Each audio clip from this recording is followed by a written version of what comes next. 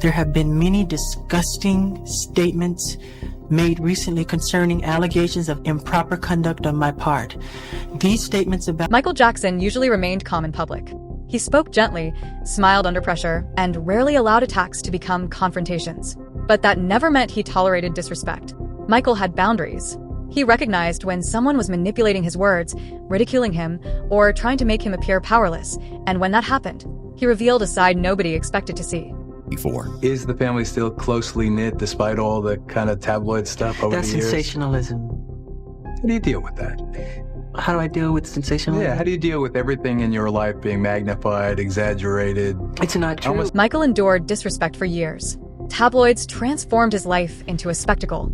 They invented rumors, exaggerated stories, and turned his private world into entertainment for millions. By then, Michael had heard nearly every lie imaginable, but he refused to allow those stories to define his truth. It's like looking at a fictitious movie because it's fiction. It's like watching science fiction. It's not true. And I know myself. And it's sad when other people... That was what made his response so powerful. Michael was not pleading with tabloids for fairness. He understood they had already created their own version of him. Instead of fighting every rumor, he held onto one belief. Truth would outlive every headline. Do you feel like holding a press conference every week and saying, well, this is the rumor du jour? That's not true. No, because I know eventually the truth will prevail. Michael understood exactly why it kept happening. The more powerful his fame became, the easier he was to target. Success gave him influence, but it also invited constant attacks. Every detail of his life became something strangers wanted to judge. Yet, he always returned to one belief. Truth eventually wins. The bigger the star, the bigger the target. I'm not trying to say I'm the super duper star. I'm not saying that. I'm saying, the fact that people come at celebrity. We're targets. And, but truth always prevails. And I believe in that. I believe in God, Does that faith sustain you? The same was true of Neverland. People enjoyed portraying it as bizarre, but Michael viewed it completely differently. For him, Neverland was never a joke. It was the only place where he could breathe freely, feel protected, and escape the world constantly chasing him. I created Neverland as a home for myself and my children. And it was created simply. It was almost That response changed the entire perspective. People ridiculed his private world while completely ignoring his reality. Michael could not even step outside normally without fans, police, and security surrounding him. So Neverland was more than fantasy. It was peace. It became his refuge from a world that never left him alone. Interview 240-257. The next moment proved that disrespect did not always come from tabloids. Sometimes, it appeared through jokes, comparisons, and people exploiting his name for attention. They treated Michael like a punchline instead of recognizing him as one of music's most influential artists. Alone. Like I said earlier, where can I go? I mean, it's hard. I've tried to go as myself, and I've had policemen actually tell me, put on a disguise and give me an autograph from my wife or whatever. But they tell me, why are you out here like this with no security? So, and there's like fans everywhere, so I can't do. This connects directly to the story behind Bad and the Prince collaboration that never happened. On paper, it sounded enormous. Michael Jackson and Prince sharing one song could have created history. But Prince disliked being placed in a role that made him seem weaker, while Michael refused to change the entire attitude of Bad simply to make anyone comfortable. Sick. Hypothetically, who would win in a fist fight, you or Michael Jackson?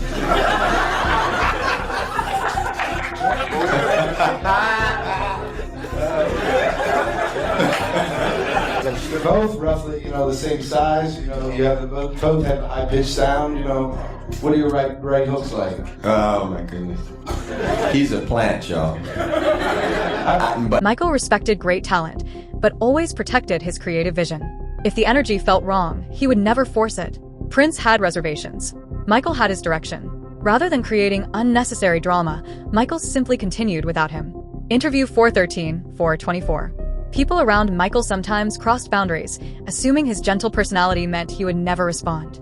They teased him, crowded his space, and tried catching him off guard, expecting another quiet smile. But Michael did not simply accept everything. When the teasing went too far, he pushed back. He told them to move away and made it clear he would not be treated like a joke. It was not an explosive outburst, but it was sharp enough to end the moment. Interview 447-505. The next moment revealed another form of disrespect. Michael was asked whether he truly understood what he had signed, and the tone immediately made things uncomfortable. This was not simply about legal documents. The question implied that Michael lacked awareness or control over his own decisions. Interview 519-538. That is when Michael immediately stops the exaggeration. They try making it seem as though he was constantly impaired, and he shuts the claim down with one simple correction. Of course not. He does not over-explain. He simply destroys the false narrative before it spreads. Interview 551-608. Yes, and this became one of the clearest examples of disrespect because it was more than a rumor. Eminem publicly mocked Michael, who was later asked how it felt to be attacked by another artist. That made the situation different. This disrespect came from inside music itself. Interview 621-629. Michael felt hurt because he had genuinely respected Eminem's work. He understood what artists endured and how brutal public judgment could become. So watching another artist mock his pain, appearance, and personal struggles felt especially cruel. Michael never shouted, but he refused to excuse it. When he said Eminem should be ashamed of himself, the words landed because they were calm and direct. He did not answer insult with insult. He simply made clear that Eminem crossed a line. Interview 652-717. Then Michael explained the deeper point. Artists should respect fellow artists. To him, greatness never required humiliating someone else for attention. He was not saying people could never joke. He was saying deliberate humiliation crossed a different line. Interview 730-744. The story became even more fascinating later. Michael never responded with a diss track or angry rant. Instead, he moved through business. While people expected revenge, he eventually became connected to publishing power involving the same artist who mocked him. That is why this became far bigger than an ordinary celebrity feud. Interview 8:25. Michael kept his message straightforward. He said artists should respect artists, and he would never treat Eminem that way. That revealed the difference between them. Eminem chose humiliation. Michael chose principe instead. Interview 836-854. The situation ultimately aged poorly for Eminem. What was intended to make Michael appear weak only made him seem stronger. He remained calm, delivered his message, and allowed time to handle everything else. Interview 905-911. Even those around Michael understood the Eminem situation was more than a harmless joke. When Eminem's name surfaced later, Michael immediately mentioned his retirement. That proved he was paying attention. He knew the headlines, understood the industry, and remembered exactly who had crossed him. Interview 924-936. But this situation shifted from personal disrespect to industry exploitation. Michael was not merely defending himself. He was confronting a system he believed exploited artists, particularly black artists, while protecting itself behind contracts and corporate language. Interview 950-1006. This was Michael voicing what countless artists were too afraid to say publicly. The companies were not simply making mistakes. They were exploiting the people who made them wealthy. Michael understood speaking openly was dangerous, but staying silent would only protect that same system. Interview 1019-1027. Then, he went even further and named Tommy Mottola directly. This was no vague complaint. Michael had clearly reached his limit. He was no longer seeking permission. He spoke like someone who fully understood his own power and value. Interview 1038-1051. The disrespect became undeniable when Michael examined how his album was being handled. It had sold millions, yet the industry machine behaved as though it meant nothing. To Michael, that felt like years of dedication and creative work being completely dismissed. Interview 1103-1121. This was not Michael creating drama for attention. It was 5 years of work, money, trust, and pressure finally collapsing at once. He felt robbed of the moment he had created. Michael was not simply defending himself. He was defending artists exploited by an industry that celebrated them publicly while controlling them behind closed doors. Interview 1137-1202. The next moment revealed a side of Michael that few people expected. Most viewed him as soft-spoken, quiet, and gentle, but his bodyguard explained that Michael was trained from childhood never to become an easy target. His father ensured the Jackson boys knew exactly how to protect themselves. Interview 1217-1226. The moment unfolded in complete chaos. Cameras surrounded him, while fans kept pushing closer. Michael was already trapped inside overwhelming noise and pressure.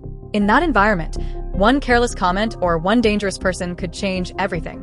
Interview 1238-1301. Then someone identified the reporter who had written a damaging story about him, and Michael's entire mood shifted. This was not ordinary irritation. Years of frustration suddenly surfaced at once. Then came the moment nobody expected from Michael Jackson.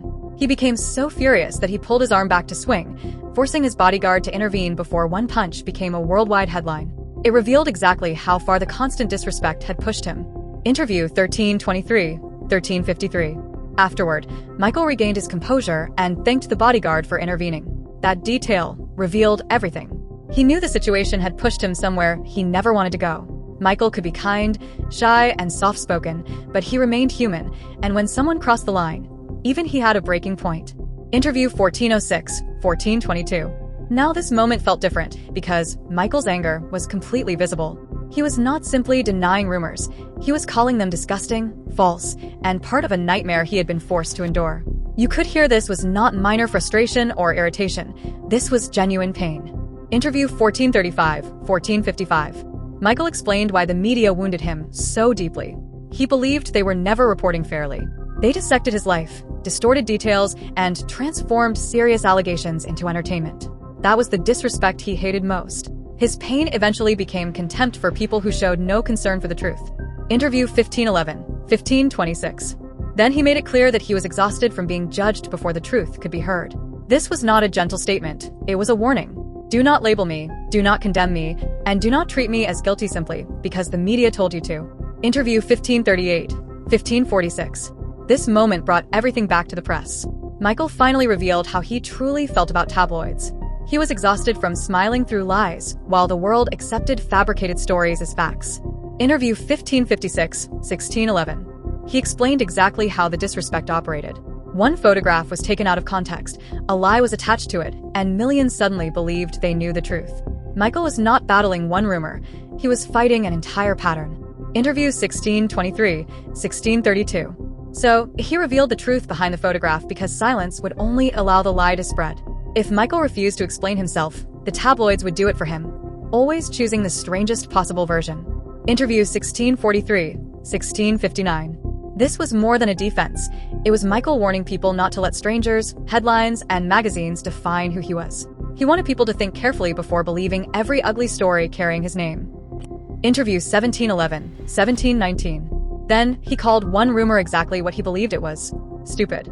He made no effort to sound polite because, to him, it was absurd. But the real problem was not the rumor, it was how quickly people accepted it. Interview 1730, 1739. Then came one of the rumors that wounded him most.